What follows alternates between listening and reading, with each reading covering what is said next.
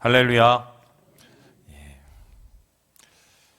몇 달 전 저는 이 자리에서 이 코로나 블루에 대한 설교를 한 적이 있습니다. 이 코로나 블루 기억하시죠?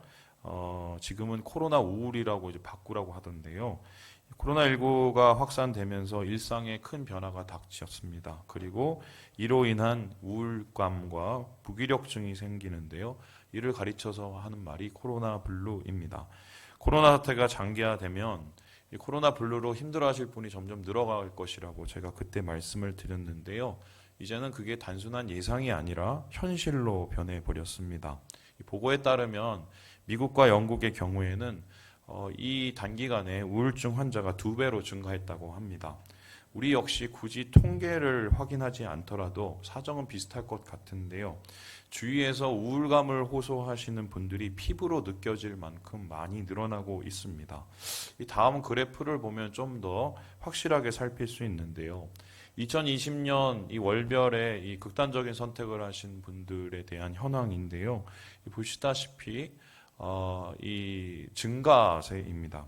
여기 보면 좀 뭐 예상한 거지만 남성이 여성에 비해서 좀 더 많이 그렇게 하신 것 같은데 중요한 것은 이 월별 증감률을 살펴보면요. 이 오른쪽에 있는 표를 보면 여성이 남성보다 작년에 비해서 증감률이 더 많이 늘어나고 있다는 것입니다. 거의 10에서 20% 정도가 증가했다는 건데요. 이게 어떤 뜻이냐 하면요. 여성이 남성보다 코로나 블루로 더 힘들어하고 있다는 것입니다. 이것이 국민일보 기사였는데 이 기자의 분석에 따르면 왜 여성이 더 힘들까 했었을 때 고용 안정성과 육아 부담 때문이 아닐까라고 진단을 했습니다. 다시 말해서 이 남성에 비해서 여성들이 지금 직업을 잃기가 쉬운 상황이 돼버렸고 그리고 온라인 수업이니 뭐 이런 등교가 제대로 안 되는 덕분에 자녀 양육의 부담이 커져서 우울증이 는 것이 아닌가 이렇게 진단을 하더라고요. 근데 저는 여기에 하나를 더 보태고 싶은데 왜 여성이 남성보다 더 힘들까? 더 사회적이고 사교적이기 때문이 아닐까 싶습니다. 코로나19로 인해서 비대면 사회로 전환이 되면서 서로를 지지해주던 이 사회적인 이 결합이 단절이 되어버렸습니다. 이로 인해서 남성에 비해서 더 사교적이고 사회적인 여성들이 직접적인 타격을 더 받고 있는 것이 아닌가 생각이 드는데요. 자, 그렇다면 중요한 것은 우리는 어떠한가? 오늘 우리 크리스찬들의 경우는 코로나 블루를 잘 이겨내고 있을까? 제가 이에 대한 이 여러 자료를 찾아봤는데 안타깝게도 이 근거가 하나도 없고 보도된 자료가 하나도 없어요. 그래서 이게 왜 이럴까? 심지어는 그러니까 코로나 이전에 크리스찬들의 우울증 뭐 이런 거에 대한 통계가 전혀 없는 겁니다. 그래서 제 생각에는 심리 증상, 우울증, 불안증에 대한 것들을 이제 밝히기 싫어하는, 꺼려하는 이 교계의 분위기 때문이 아닐까 싶은데요. 하지만 간접적으로 살펴볼 수 있는 지표가 있더라고요. 바로 이건데요. 2014년에 이 보건복지부에서 발표한 자료인데 국내 자살 사망 분석 실태 조사 이런 게 있었습니다. 근데 여기를 보면 이 극단적인 선택을 시도하시는 분들의 모습이 잘 나타나 있는데 종교인들이 비종교인에 비해서 덜하다는 것을 알 수 있습니다. 하지만 그 내용을 들여다보면 좀 심각해지는데요. 종교인들 중에 이 극단적인 선택을 시도하신 분들의 절반 정도가 어느 종교예요? 개신교라는 겁니다. 바로 우리들이에요. 그래서요, 다른 종교에 비해서 이 한국교회가 우울증에 심각하게 취약하다는 것을 드러내는 건데요. 사실 목회 현장에 있으신 분들은 이것을 대부분 압니다. 왜냐하면은 최근 몇 년 들어 이게 더 심해지고 있는데 저도 이제 계속 사역을 하면서 이 우울증으로 힘들어하시는 이 상담이 계속 끊이지 않고 들어오고 더 늘어나고 있습니다. 그래서 그럼에도 불구하고 이 교회에서는 이에 대한 대책과 구체적인 상황 판단이 잘 나오지 않아요. 왜 이런 상황이 이루어지고 있을까? 이에 대해서 이 라이프 오프라는 이 기독교 자살 예방센터의 대표인 이 조성돈 교수가 다음과 같이 얘기를 하더라고요. 우리 같이 한번 읽어봅니다. 시작. 기독교인의 우울증과 자살 문제를 신앙적인 잣대로만 해석하려 해서는 안 된다. 교회 공동체 내에도 우울증이나 자살로 고민하는 이들이 많이 있다. 그러나 많은 이들이 믿음과 결부시켜 생각하기에 자신의 문제를 터놓고 말하는 것을 꺼려한다. 그러니까 그런 거예요. 자기가 진짜 지금 우울하고 힘들고 괴롭고 막 어려운데 이것을 좀 나눠야 되거든요. 나눠야 뭐 이게 문제가 해결이 되는데 당장 교회 안에서 그런 얘기 꺼내면 무슨 얘기를 하죠? 아유, 기도해. 아유, 믿음이 없어서 그래. 아유, 이러면서 뭔가 좀 낮춰보는 뭐 이런 것이 있습니다. 그래서 교회는 모든 것을 믿음의 문제와 연관시키는 성향이 있는데요. 경향이 있는데요. 이것은 물론 틀린 말은 아니지만 우울함도 믿음으로 이깁니다. 하지만 중요한 게 뭐예요? 같은 잣대를 놓고 모든 교인을 평가하는 것은 좀 위험할 수 있습니다. 왜냐하면은 성향에 따라서 각자의 성향에 따라서 우울함이나 불안함에 더 취약하신 분들이 있다는 거예요. 이 다음 개념을 보면 좀 더 쉽게 파악할 수 있는데요. 여러분 행복 기준점이라는 말을 들어보셨습니까? 이게 이제 긍정 심리학에 하는데 이 생물학자들도 동의하는 겁니다. 이게 뭐냐면 이 리컨 교수, 그 텔레전 교수에 따르면 이분들이 이제 1996년에 행복 기준점에 대한 논문을 발표했어요. 이게 뭐냐? 일종의 사람마다 행복을 설정하는 기준이 다르다는 거예요. 그래서 어떤 사람은 뭐 일에 좋은 일을 보면서 행복할 수도 있는데 어떤 사람은 한 5, 6은 돼야 행복하다고 느낀다는 겁니다. 그런데 이 기준점이요, 어떻게 형성이 됐냐면요, 사람들이 타고난 성향이 되게 많다는 거예요. 그러니까 쉽게 설명하면 유전적인 요인에 따라서 태어날 때부터 긍정적인 성향을 많이 갖고 태어나신 분하고 부정적인 성향을 많이 갖고 태어나신 분이 있다는 겁니다. 그래서 기준점이 굉장히 높은 분들은 그것이 채워지지 않으니까 더 우울하기 마련인데요. 이 연구를 림보르스키 교수가 좀 체계적으로 만들었는데 이분이 이제 하버드 교수인데 이분이 연구를 통해서 일종의 행복 공식이라는 것을 내놨습니다. 그 옆에 보는 건데요. 우리의 행복은 어떻게 만들어지는가? 유전적인 설정값, 이 행복 기준점, 유전적으로 받은 게 한 절반 정도 되고 그 다음에 우리 환경에 의해서 자라나면서 후천적으로 경험한 환경에 의해서 얻어지는 행복의 모습들이 한 10%, 그리고 한 40% 정도가 우리의 의지적인 활동을 통해서 만들어진다는 것입니다. 그래서 이 행복 수준이 상당 부분 선천적으로 결정되어야 한다고 볼 수는 있지만 의지에 의해서 바꿀 수 있는 상황인 것을 이 자료를 통해서 볼 수 있는 거죠. 그래서 이들의 연구를 우리의 상황에 대입을 해본다면 더 우울함을 느끼는 것이 꼭 죄는 아닙니다. 죄 때문에 우울함이 느껴질 수 있지만 우울함이 느껴진다고 다 죄는 아닙니다. 뿐만 아니라 우울함을 내가 이 사람보다 더 많이 느낀다고 해서 이 사람보다 내가 믿음이 적은 것도 아닙니다. 왜냐하면 사람에 따라서 어쩌면 그 스트레스 그릇이나 그가 가지고 있는 행복의 기준점이 다르기 때문인데요. 살아온 삶의 궤적이 다르고 기질이 다르기 때문입니다. 그렇기 때문에 함부로 다른 교인들의 우울함을 보면서 쉽게 정죄해서는 안 되고요. 그렇다고 나는 우울해, 그러니까 나 건들지 마, 이렇게 자기 연민에 빠질 필요도 없다는 것입니다. 그냥 의지적 활동을 뛰어넘는 건강한 신앙과 건강한 신앙생활을 통해서 우리의 우울함은 좀 정복할 수 있는 거라는 말이죠. 그래서 이 데이비드 머레이라는 이 교수가 다음과 같은 이야기를 썼습니다. 이 책이 되게 좋더라고요. 우리 같이 한번 읽어보겠습니다. 시작. 우울증은 그 자체로도 매우 힘들지만 기독교인들이 우울증에 걸린 경우는 더 힘들다. 더군다나 우울증에 걸린 기독교인이 우울증을 잘 모르는 사람들로 가득 찬 교회에 있다면 지옥을 맛보는 느낌이 들 것이다. 하지만 모든 기독교인들은 걱정과 두려움, 혼란, 우울증을 겪을 수 있다. 그리고 불안증과 우울증이 반드시 죄 때문에 찾아오는 것은 아니다. 여러분, 신앙인이 세상 사람과 다른 점은요, 우울함을 느끼지 않는 게 아니에요. 우리도 똑같이 우울할 수 있습니다. 왜냐하면 성경에 보세요. 시편의 기자들 보면 우울함에 대한 얘기가 끊임없이 나오지 않습니까? 그럼 그 사람 믿음이 없는 겁니까? 믿음이 있어요. 믿음이 있어도 우울할 수 있습니다. 그런데 단 신앙인이 세상과 다른 점은 신앙으로 우울증을 하나씩 하나씩 이겨나갈 수 있다는 건데요.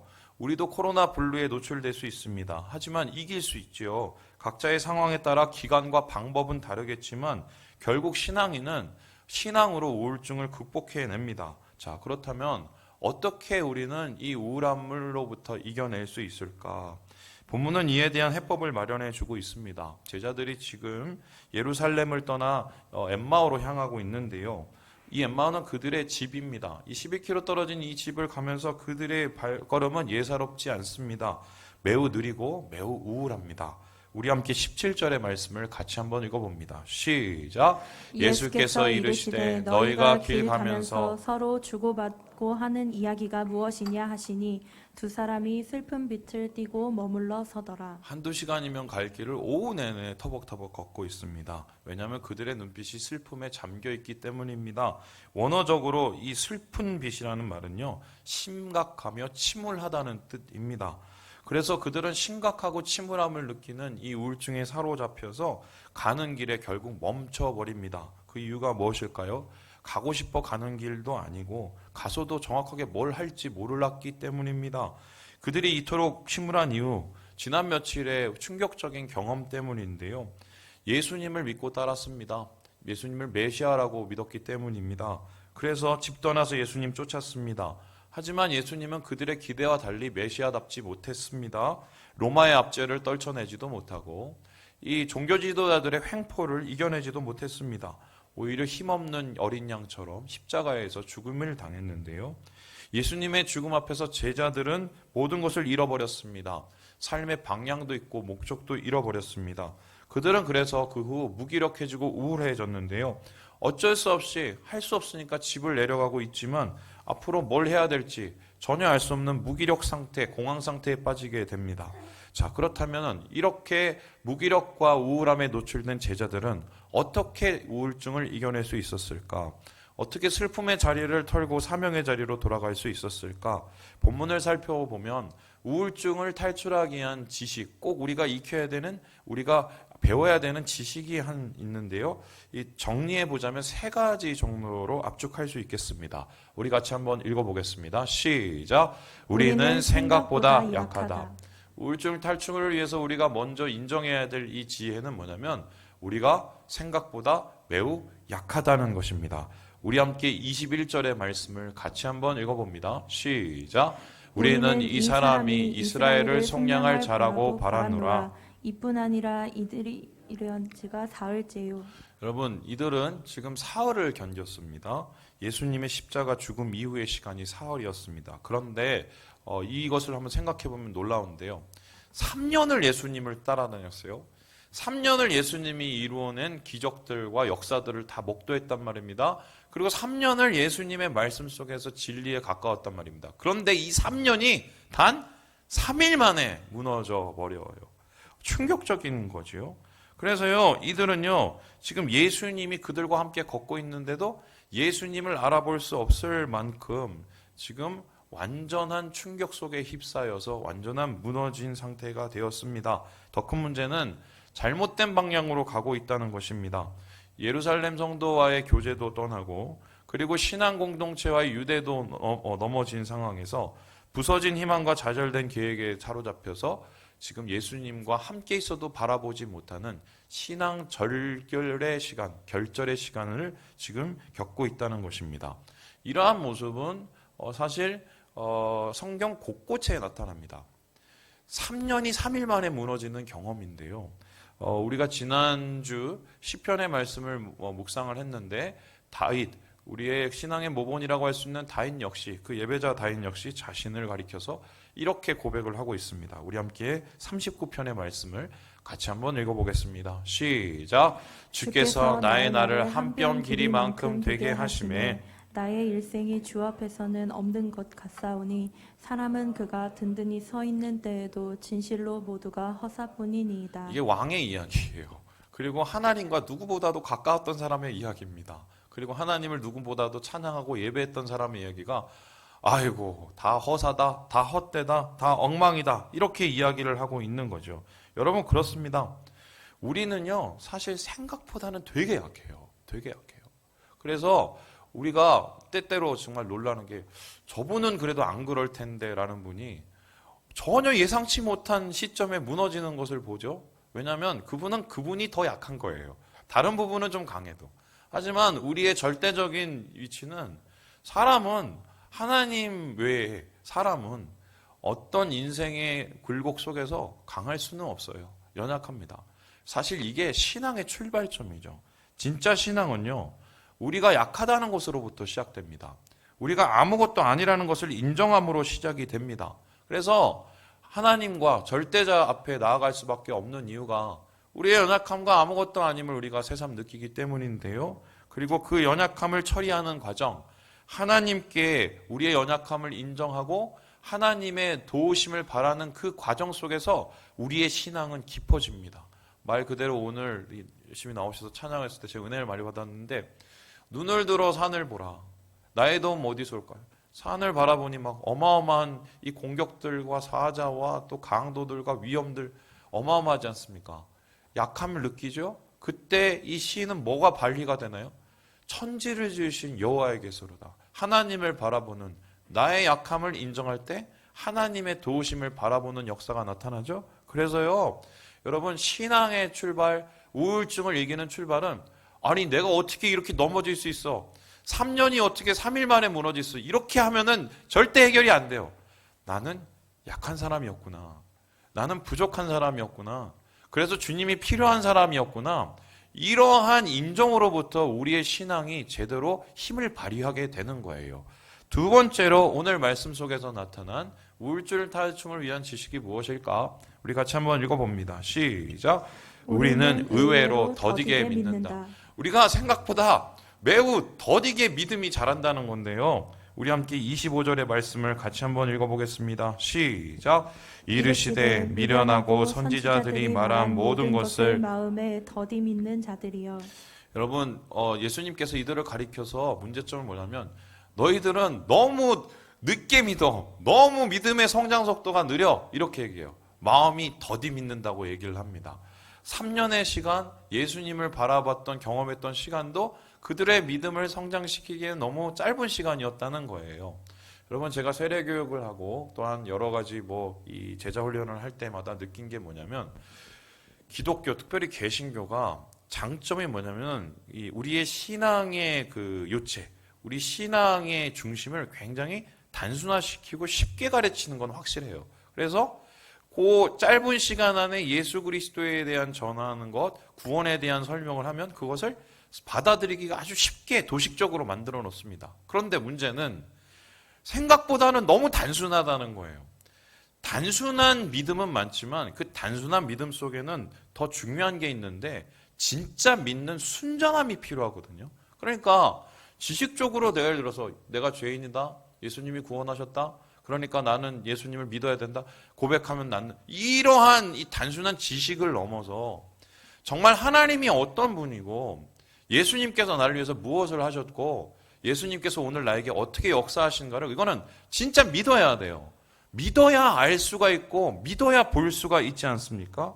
오늘 놀라운 것은 예수님과 동행을 하면서 예수님이 물어보시는 질문에 제자들이 또박또박 대답을 너무 잘한다는 거예요. 예수님이 어떤 분이고, 예수님이 어떤 일을 하셨고, 예수님이 어떤 사역을 하셨고, 또 예수님이 구약에 말한 어떤 생각을 가셨고, 너무 잘 알아요. 중요한 게 너무 잘하는 게 문제예요. 잘 아는데 그들은 그것을 실제적인 삶 속에서 대입하거나 믿고 있지 않았다는 것입니다. 결국은요, 알아도요 몰라요. 믿음이 부족하면 아무리 신앙적인 지식이 많고 성경적인 지식이 많아도 그것이 힘이 안 됩니다. 여러분, 그들이 왜 더디 믿게 되었을까요? 그것은 그들의 일련의 목격한 사건들, 목격한 그들의 생각들, 목격한 예수님의 기적들이 그 후에 예수님의 죽음 앞에 아무것도 아닌 것이 되어버렸기 때문이에요. 그러니까 쉽게 설명하면 이렇습니다. 자기가 생각한 예수님의 그림과 예수님이 행하신 모습이 달랐어요. 소망이 다르고 기대가 다르고 자기의 기준점이 다르니까 예수님이 거기에 부합하지 않으니까 예수님을 받아들이지 못하죠. 이것을 가리켜서 자기중심적인 신앙이라고 하지 않습니까? 자기중심적인 신앙은 성장이 더딜 수밖에 없어요. 왜냐하면요, 자기 안에서 벗어날 수가 없기 때문입니다.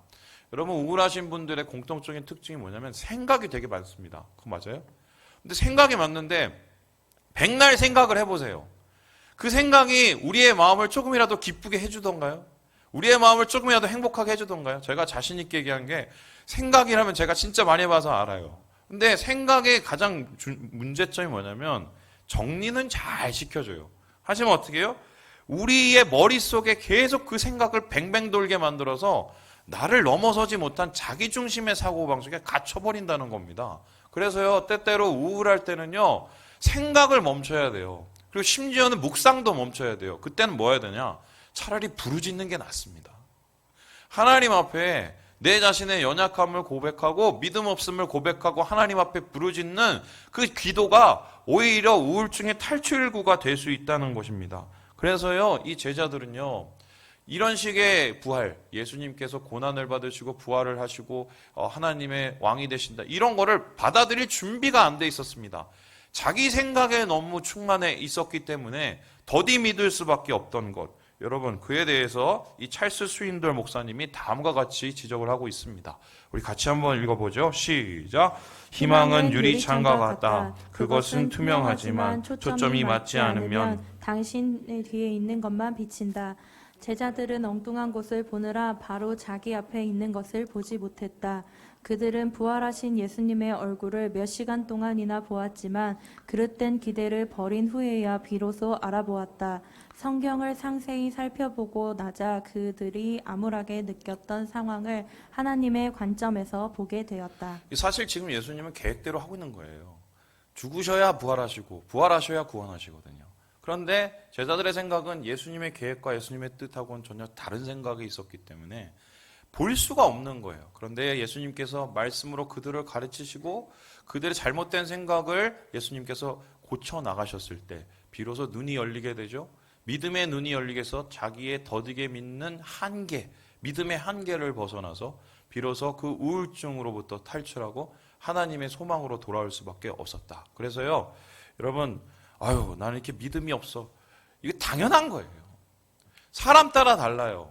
저분은 굉장히 믿음이 있어 보이는데 어느 순간 특정한 부분만 가면은 그 믿음이 다 사라지시는, 왜냐하면 그게 그분의 한계예요. 그래서 우리는 더디 믿는 믿음을 이겨내기 위해서 우리 한계를 인정하고 한계를 깨트려서 주님 앞에 항복을 해드려야 돼요. 그 항복을 통해서 내가 진짜 믿는 믿음, 우리의 상황을 이기는 믿음을 얻게 된다. 오늘 말씀을 통해서 얻게 되는 두 번째의 사실, 우리가 생각보다 더디 믿는다는 거예요. 마지막으로 오늘 말씀을 통해서 얻게 되는 우울증 탈출을 위한 지식이 무엇입니까? 우리 같이 한번 읽어봅니다. 시작. 그래도 예수님은 함께 하신다. 여러분, 우리가 약해요. 3년을 3일 만에 무너뜨릴 수 있는 자예요. 3년 동안 배워도 안 믿을 수 있는 자들입니다. 그런데 중요한 것은 그럼에도 불구하고 예수님은 그 못난 제자들과 함께 하셨다는 것입니다. 우리 함께 32절의 말씀을 같이 한번 읽어보겠습니다. 시작. 그들이 서로 말하되 길에서 우리에게 말씀하시고 우리에게 성경을 풀어주실 때에 우리 속에서 마음이 뜨겁지 아니하더냐 하고. 저는 오늘 이 말씀을 보면서 굉장히 좀 이렇게 다가오는 부분이 있었어요. 뭐냐? 예수님이 일단 걸은 길에 대한 정보인데요. 이거 보여주시죠. 여러분, 이 그림 아시죠? 이게 로버트 쥔트라는 분이 그린 그림인데, 이분이 19세기 이제 그 스위스 화가입니다. 그런데 이분이 예수님이 이제 엠마오로 가는 길을 되게 울창한 산림을 뚫고 나가는 것처럼 이제 그리셨어요. 여러분, 이거 한번 보셨죠? 한번 보신 적 없어요?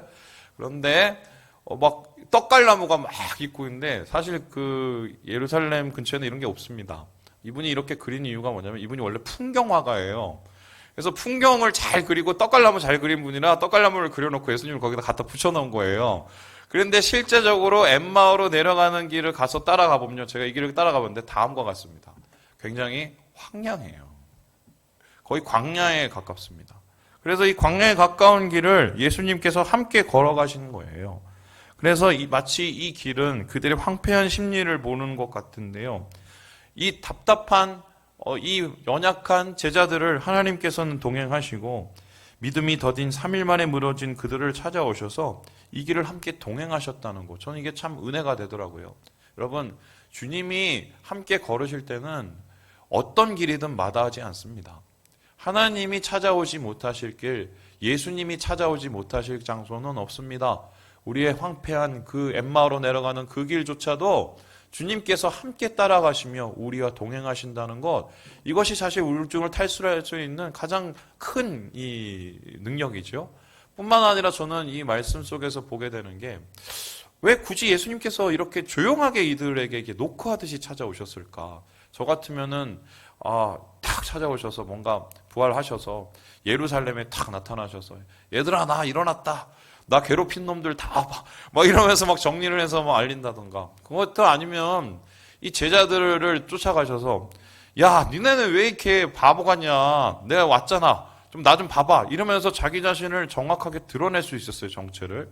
그런데 예수님은 그렇게 안 하셨어요. 깜짝 쇼도 안 하고 확실한 방법도 체크하지 않습니다. 그리고 어떻게 하셨냐?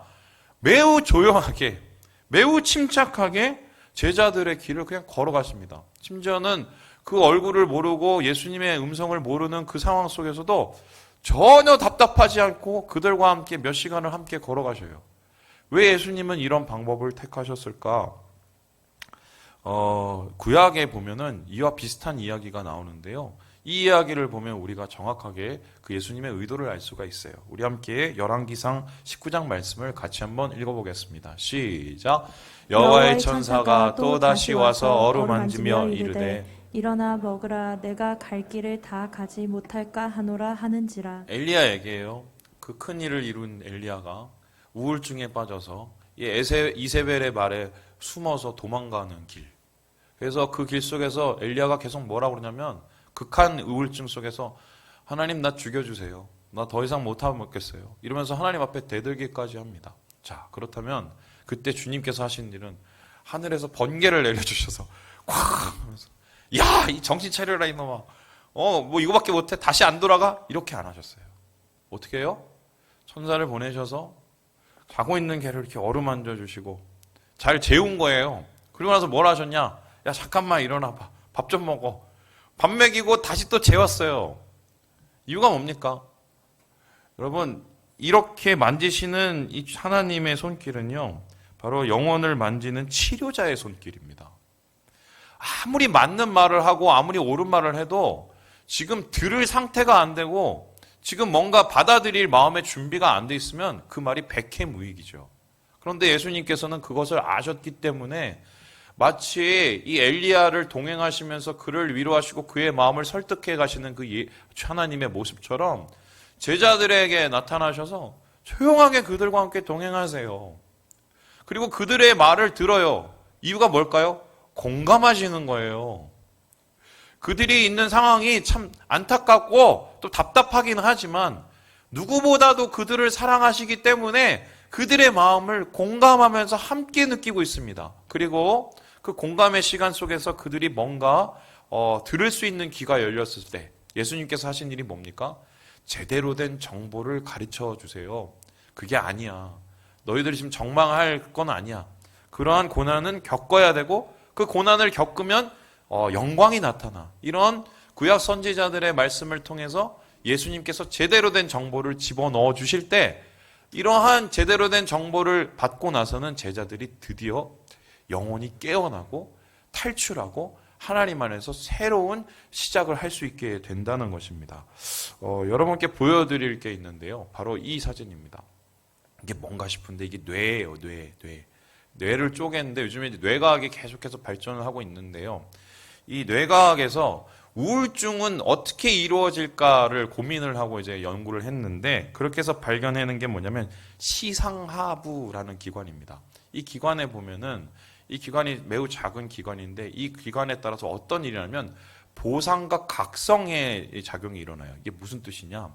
이 사람이 보상을 받고 싶은 이 마음이 있어요. 책에. 이게 어느 정도 채워지면 그 우울증으로부터 벗어나고 쾌락을 느끼거나 기쁨을 느끼고 만족을 하게 되거든요. 그런데 이 부분을 관장하는 것이 바로 시상하부입니다. 그래서 이 부분의 기능이 정상적으로 돌아가고 시상하부가 어떤 바른 이 작동을 하게 되면 우리가 기쁨을 느끼거나 만족을 느껴서 좀 뭔가 이 우울증으로부터 벗어날 수 있는 이런 일들이 일어나는 거예요. 그런데 문제가 원래 좀 이 부분이 약하던가 아니면은 여러 외부적인 충격으로 인해서 이 부분의 기능이 제대로 발휘하지 못하게 되면 보상 체계가 무너져 버려요. 그리고 나서는 뭘 하느냐?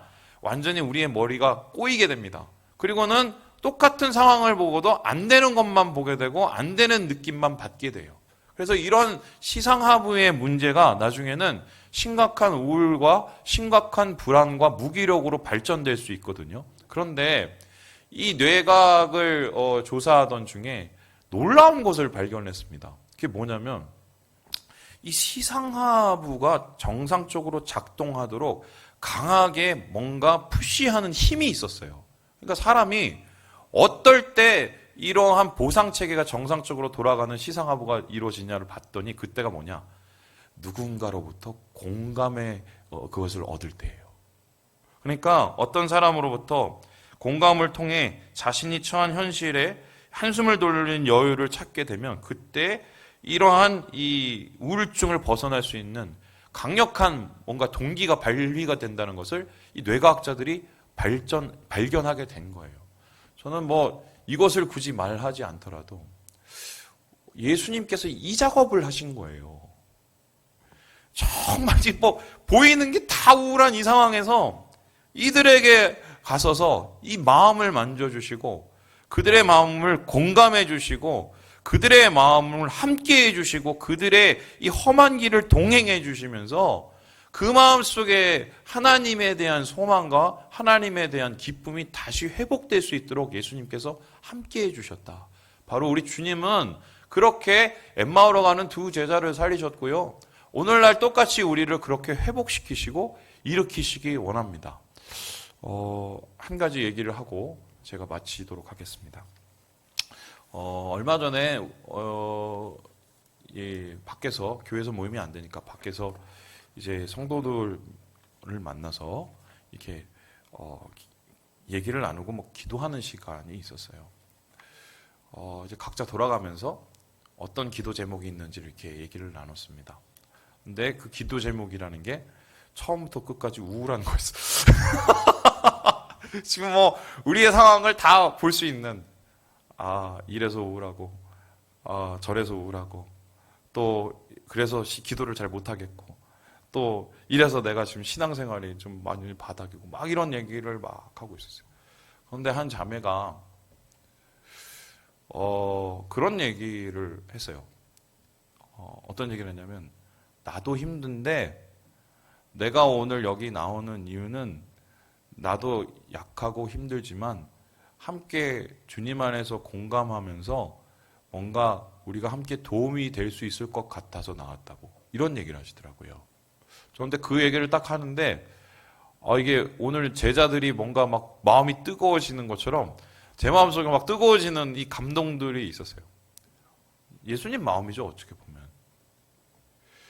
예수님이 그 길을 함께 하시며 그들의 고통을 공감하시며 그 공감 속에서 그들에게 바른 길로 인도하셨던 것처럼 오늘 우리가 작은 예수가 되어서 비록 부족하고 연약한 존재지만 누군가의 그 고통을 함께 듣고 함께 나누고 함께 지고 함께 우리가 손을 붙잡고 나가는 그 속에 바로 주의 성령이 계시고 하나님의 역사하시는 능력이 있지 않을까.